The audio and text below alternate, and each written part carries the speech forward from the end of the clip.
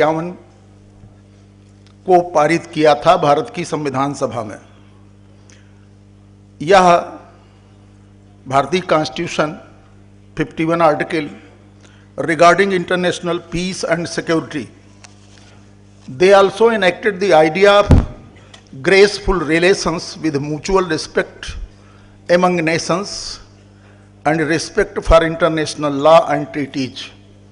हमारे भारत की संविधान सभा में संविधान निर्माता अंतर्राष्ट्रीय शांति, अंतर्राष्ट्रीय संबंध और अंतर्राष्ट्रीय अनुबंध, ट्रीटीज बिटवीन नेशंस, इसको लेकर सतर्क और सजग थे। Peace has always been a prominent agenda in the minds of our elders, our leaders and constitution makers and Vedic ancestors. Here I may be permitted, कृपया मुझे अनुमति दीजिए, here I may be permitted to quote a mantra from Yajurveda.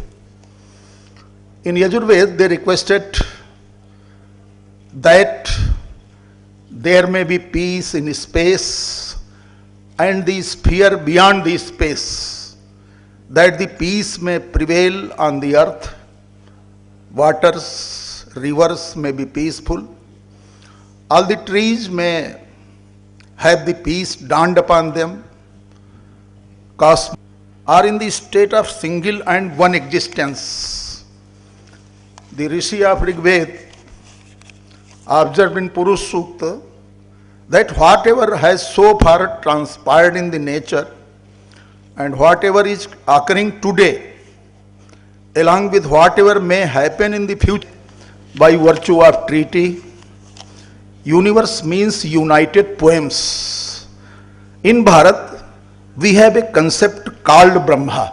Bharat में हम लोगों की अनुभूति, हमारे पूर्वजों की अनुभूति ब्रह्म नामक एक सत्ता की है। फॉर टोटलिटी, ब्रह्म टोटलिटी का, संपूर्णता का एक नाम है। द वर्ड अस्तित्व और existence is enough for respect in Bharatiya context. It also accepts the dignity of all the nations as well as their thoughts. It may also be mentioned here that the Prime Minister Sri Narendra Modi has made spectacular efforts to promote peace and harmony among various nations of the world. His foreign policy and foreign relations has been a hallmark of this decade. Honorable Modi ji has not only improved relations of different countries with India, but also created a soft. Students of CMS Gomti Nagar Second Campus presented the World Parliament. Of City Montessori School, Rajajipuram. Yet another year, and we are here again to enhance our understanding of international law, to widen our perspectives of how we view the issues facing the world, and resolve to procure a more tangible outcome. Universal enforcement of international law, establishment of world government in the form of world parliament, and awareness of both the problems and the solutions seems to be the ultimate way forward to achieve world order and a more peaceful world. With this idea in mind and hopes in our hearts, we welcome you to this session of United Nations General Assembly 6th Committee Legal at 19th International Conference of the Chief Justices of the World. May I now request Ms. Vishakha Agarwal, the Secretary General, to kindly carry on with the proceedings. Thank you, Chair, for the recognition. The United Nations is essentially the much-needed world government, founded on a legal document, the United Nations Charter. It has a court to resolve disputes between members, a parliament of state, the General Assembly, and crucially, it can authorize collective enforcement of its will through the Security Council. In spite of this appearance of a legal order, international law seems incapable of addressing the urgent problems facing the world. How come the powerful get away with breaking the law? Why does justice so often get trumped by the expediency? Are we expecting too much from a legal system? International law can only move forward when there is a political consensus that it should. I yield my time to the Executive Board. Thank you, Delegate. First coined by an English philosopher, Jeremy Bentham, international law is customarily recognized as the law that regulates the affairs between sovereign states. Public international law concerns itself with the issues of rights involving a number of nations, or nations and its people, and matters of other nations. It differs from the private international law, which deals with the dissimilarity between private individuals, natural and judicial. To quote Louis D. Brandeis, if we desire the respect for international law, we must first make the law respectable. Nearly always, the first question asked about international law is, how can it be a law if it cannot be enforced? Trade and diplomatic sanctions are slow to work. Moreover, their burden falls most heavily on the segment of sanctioned population and ordinary civilians. The conflict between international law and national sovereignty is subject to vigorous debate and disputes in academia, diplomacy, and politics. Certainly, there is a growing trend toward judging a state's domestic actions in the light of international law and standards. Those who are enslaved would be an earthquake, then the tremors would be felt in every single nation. Human trafficking is a form of modern slavery, a multi-billion-dollar industry that denies freedom to 24.9 million people around the world. And no matter where you live, the chances are that it's happening nearby. This motion is in order. Delegates who second this motion?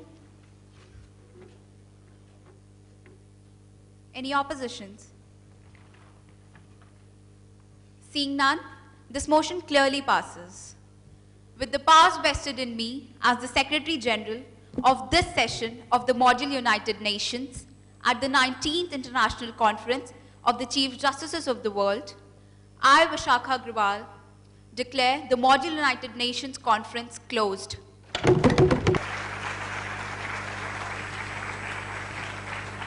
I'd just like to very briefly draw attention to the level of depth in the research that all these students have engaged in. I mean, for example, when they raised the topic of establishing a world parliament, they were not simply promoting idealistic notions. They had, in detail, come up with the proposed organs and bodies connected with that parliament and the roles and responsibilities and how they would function. They have really put a huge amount of hard work into this. So I would like to congratulate them all.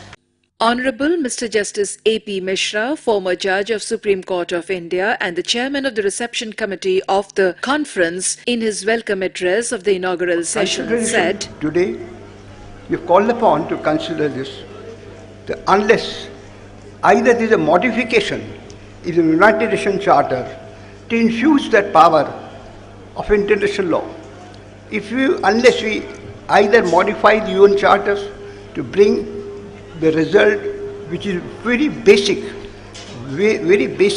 is a governance and an enforceable law, which the children have said today.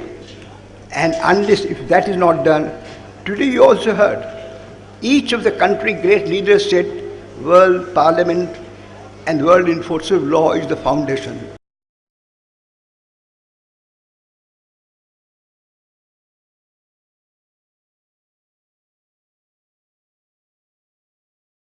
Mobilizirati širom svijeta sve one snage koje jesu za mir, koje jesu za stabilnost, koje jesu za strikt. It is necessary to mobilize all forces that stand for peace across the world.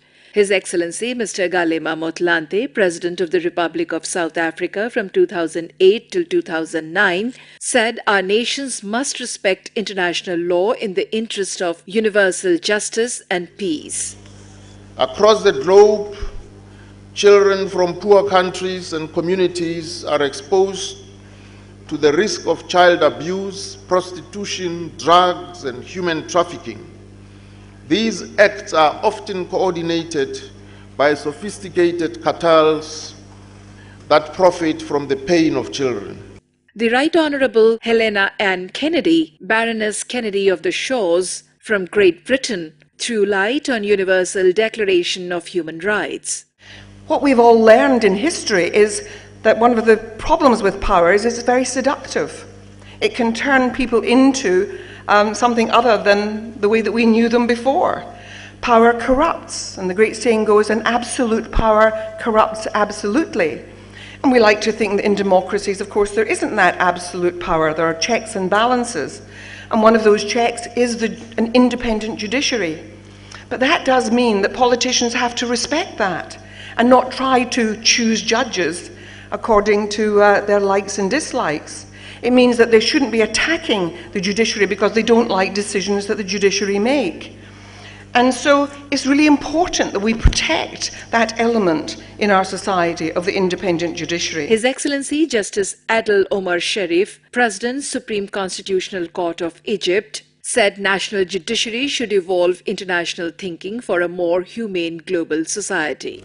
I'm equally thankful to all participating judges, members of the legal family and other participants who have taken time out of their busy schedule to join us today and be part of this important gathering, hence allowing us the opportunity to exchange views and share experiences with one another. Her Excellency Ms. Amina Garib Fakim, President of the Republic of Mauritius from 2015 till 2018, elaborated upon investment in equities. There are more than 500 million adolescent girls living in the developing world today, and every one of them can potentially help break the cycle of intergenerational poverty with ripple effect multiplying across the society. An extra year of primary school can boost girls' future wages by up to 20%. When women and girls earn income, they reinvest 90% of it into their families compared to men, I have to say, invest only 30 to 40%. And yet, too often, girls are overlooked and undervalued. Many are treated as commodities, married off too young, or die in childbirth. Educating girls is the right thing to do. It is a smart thing to do. It is a false economy not to invest in them, even in hard economic times. Honorable Dr. Justice Augusto Lopez Claros, Senior Fellow, School of Foreign Service at Georgetown, USA, illustrated upon the powers and limitations of United Nations since its inception, provided solutions to enhance the functioning of the United Nations. Yes, it is really upon us. It is in the next decade or two. And therefore, if we don't act now, if we don't rethink our world order in a fundamental way and get our act together, we may have to do so after a global crisis. We may have to do so after a world war, after the collapse of the financial system and the global economy, after a pandemic that wipes out a significant portion of the human population, after accelerated climate change, which then leads to famine and to mass migrations. And surely you will agree with me that this is not the future that we want for our children. This is not what we want the inheritance of this generation to be, for our children and our grandchildren.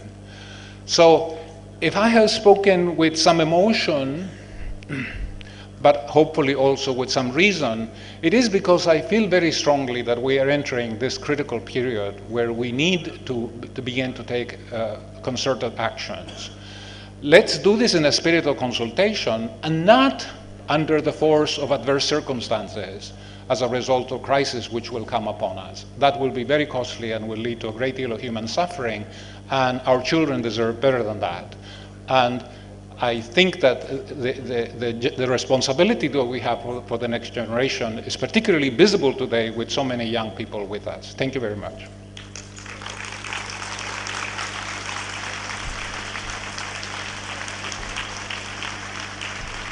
Honorable Mr. Justice Hanan Melzer, Deputy President, Supreme Court of Israel, spoke on freedom, justice, equity and peace as conveyed through the greeting of Shalom used in Israel. Children's right to education, proper treatment, medical care and economic support are a focus of our legal system in Israel. As with peace or shalom, this value of protecting our children dates far back in Jewish tradition. We see an example of this in the Talmud, the Jewish legal code published around the year 500 CE. In this code, it's written like that: the Jewish courts should be the guardians of children and of orphans. This means that the Jewish courts and the Israeli courts nowadays have a responsibility to ensure that orphans and children are cared of and that basic needs for education, food, and shelter are met. Caring for our children is a core value for any society, and ultimately we want peace in the world for the sake of children. This is our duty as judges, jurists, and citizens of our countries and as citizens of the world. Honorable Mrs. Santibai Hanumanji, Speaker of the Parliament, Republic of Mauritius, said peace is not acquired but an ongoing process. On the Global Peace Index, Mauritius is now ranked as the 20th most peaceful country worldwide, as compared to 22nd in 2017. Mauritius is also one of the top 5 countries of the world which are free from ongoing world war and conflict. Honorable Mr. Justice Anthony Thomas Carmona, 5th President of the Republic of Trinidad and Tobago from 2013 till 2018, spoke on pronounced shift towards power leadership vis-a-vis service leadership. Yes, in India, the world's largest democracy and a global power with a judicial system that has produced a significant corpus of Cassibus Jure Classicus, enriching the jurisprudence of the modern common law. This achievement was possible due to India's ability and capacity to produce many eminent jurists, including Mr. Justice Rajan Gogoi, who only a few weeks ago was appointed the Chief Justice of this great country. The international community has recognized the high quality of Indian judges with the election of Indian jurists to the bench of international courts and tribunals. Professor Geeta Gandhi Kingdon, President, City Montessori School, Lucknow, proposed the vote of thanks. Thank you so much. All the absolutely, we are delighted. On behalf of the students, I'd like to thank you very much this morning. Friends, a grand educational cultural program on the inauguration of the 19th International Conference of Chief Justices of the World at CMS World Unity Convention Center Cricket Ground in the presence of the chief guest, Shri J.P. Nadda, Minister for Health and Family Welfare, Government of India, presided over by Mrs. Sanyukta Bhatia, Mayor of Lucknow. We are truly honored with the presence of Honorable Shri J.P. Nadda ji, Minister for Health and Family Welfare, Government of India, our chief guest for the occasion this evening. We are also honored to have amidst us Honorable Mrs. Sanyukta Bhatia ji, Mayor of Lucknow.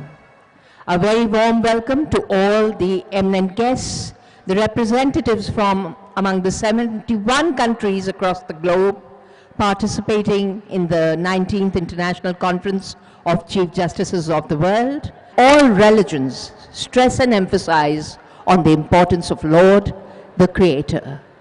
At City Montessori School, no presentation is complete without the all-religion prayer. For the all-religion prayer, ladies and gentlemen, it's over to the students of the junior section of City Montessori School, Kanpur Road campus. जब सबकी एक है धरती और सबका एक गगन, फिरता ही को फिरता, कोई काम में मगन, कोई काम में मगन, सब धर्मों का सभी जगह हो सुंदर एक भवन, जिसके प्रांगण में हो एकता, शांति और अमन, एक हो सबकी, एक हो सबकी भावना, मिलके करे सब प्रार्थना, तब आएगी सद्भावना, मिलके करे सब प्रार्थना, तब आएगी सद्भावना।